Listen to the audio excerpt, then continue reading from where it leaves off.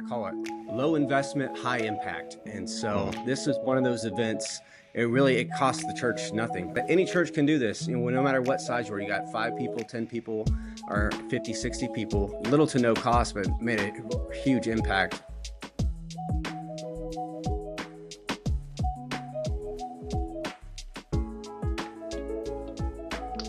This is Jordan Battani in Macon, Georgia, at Fallline Church, and I'm Phillip Miles, chairman of Evangel Fellowship International. And Jordan did something recently that really excited me. I felt like it was something so significant and so powerful that it's something that needed to be shared with the entire fellowship. And so, Jordan, if you would just give us a little take on what happened, how you got there, and how your people responded. Yeah, hey, it's great to be with you guys today. Thank you, Philip, for the invitation on this. This past weekend, we did something at our church we called Good Neighbor Saturday. And so we took over a community down the road from our church. It's lower income and had a lot of just rundown homes and stuff and trash everywhere. And so we took over the community, about 5 streets, and spent a Saturday morning cleaning up, picking up trash, cutting grass for neighbors, and just really loving on our community for the morning. And then we came back at the church afterwards and grilled out and just had a good time of community together. And So, so it what was, was the response from the people? Were they all complaining about how hot it was, or what was your feedback?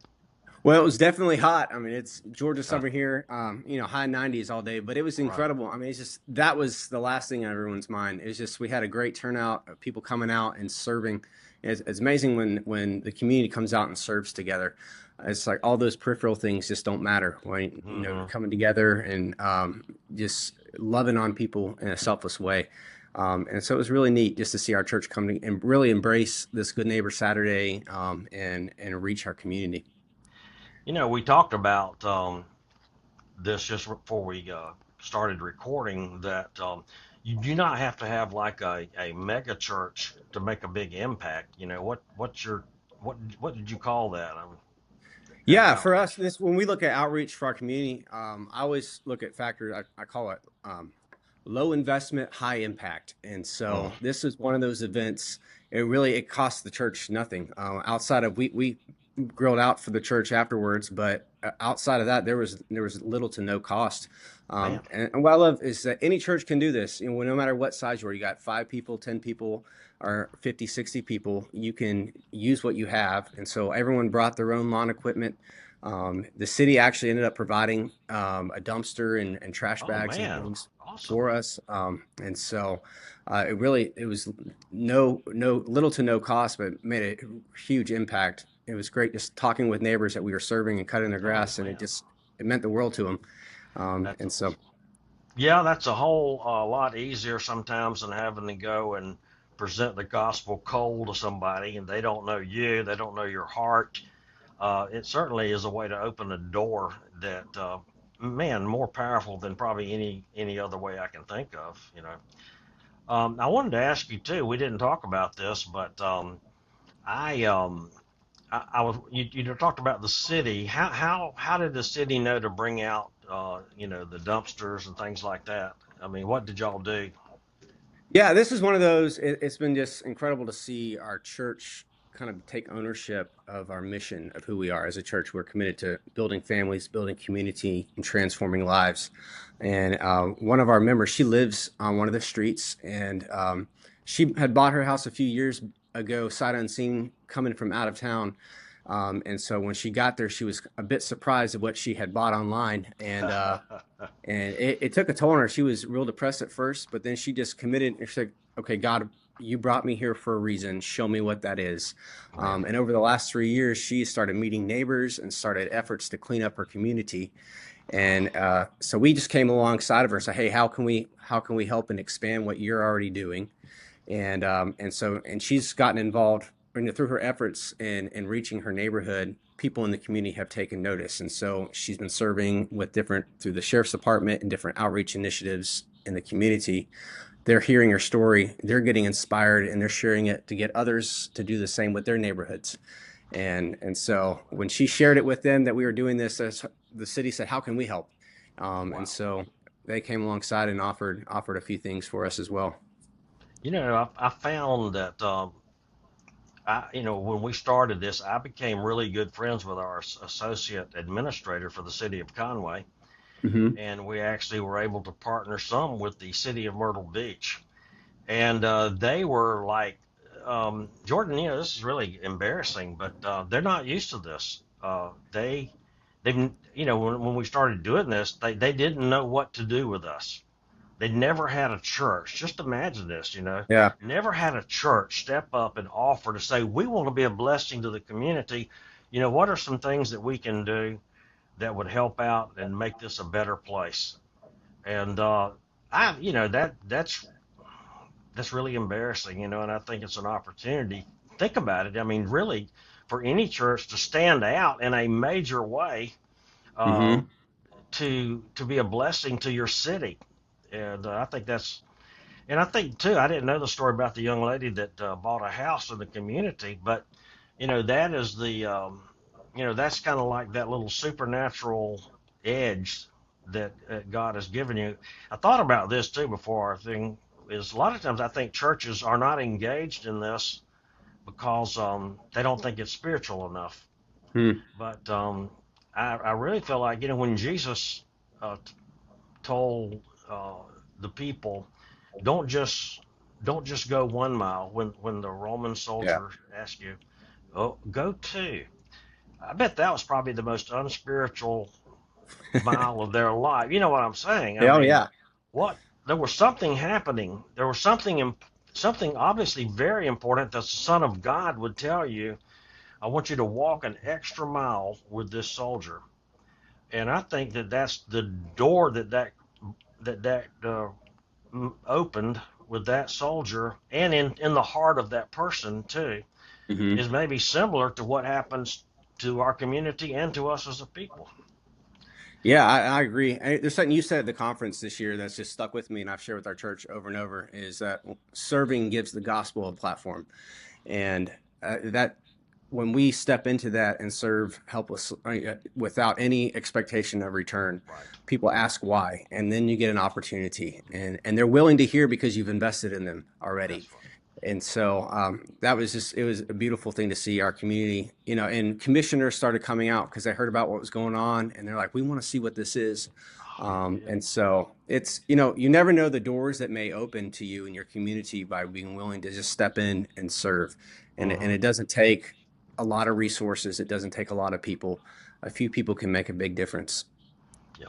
I tell you what, it does take though. It does take a heart for people, Yeah. and you do.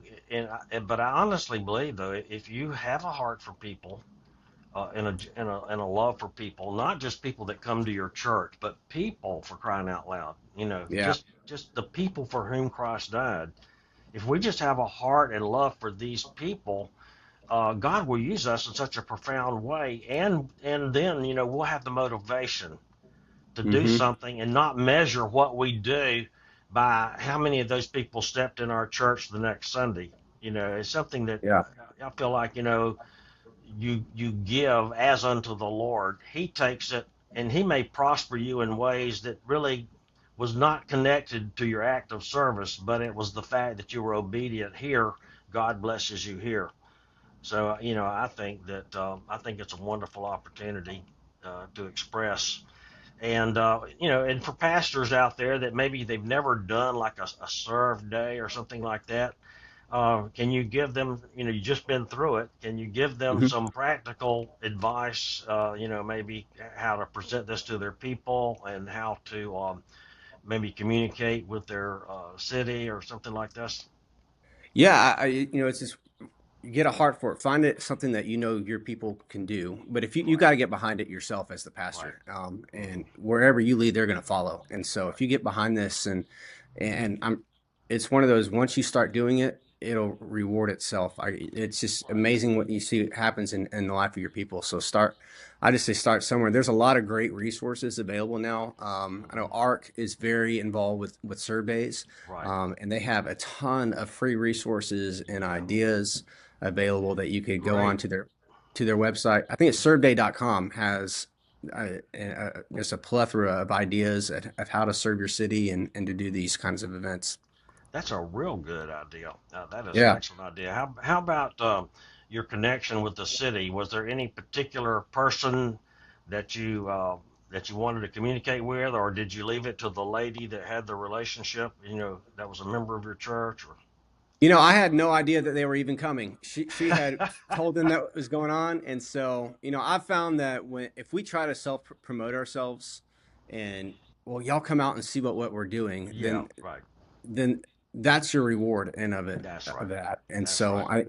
we just our goal wasn't that people came out and saw what was going on. My goal was that we were going to serve our community, and from that, it just the selfless aspect of it is attractive to people, and so. Yeah. We found, and we did it in our churches, that it was funny because I wasn't prepared for it, but the unsaved people, I would call them, Uh-huh. seekers, Yeah. they wanted to participate. It was the funniest thing, and they asked permission, could they participate, even though they weren't obviously members of the church. And Yeah. we ended up touching quite a few people that were, I would consider, pre-Christian, you know. So it really kind of, that whole thing of serving sort of crosses the expanse of humanity, with people that have a heart of compassion. And I think they get excited when they see that, actually happening in the church as well, you know.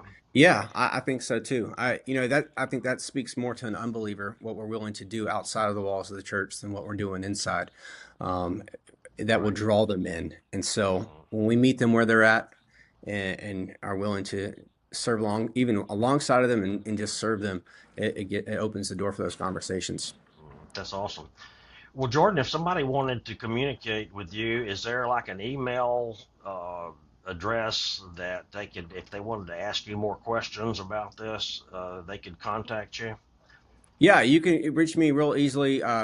Just Pastor Jordan at fallline.church is a great email address, or hit me up on social media, Facebook or Instagram, Great. and I'd love to connect with you. That would be awesome. And I appreciate your obedience to the Lord, and I pray that God would continue to bless your church. And I know that this is really near the heart of God. Anytime we serve, it touches the heart of God and it blesses the people. And so I hope it's something that everybody will consider making it a part of their church vision. I think that would be an awesome thing. So thank you, Jordan, for taking some of your valuable time and being with us. We appreciate it. Hey, thank you. It's an honor to be here.